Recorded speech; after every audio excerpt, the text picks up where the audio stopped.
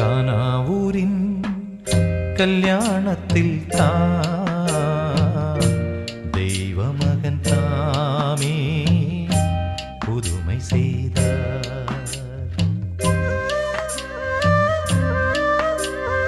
கானாவூரின் கல்யாணத்தில் தான் தெய்வ மகன் தாமே புதுமை செய்தார்.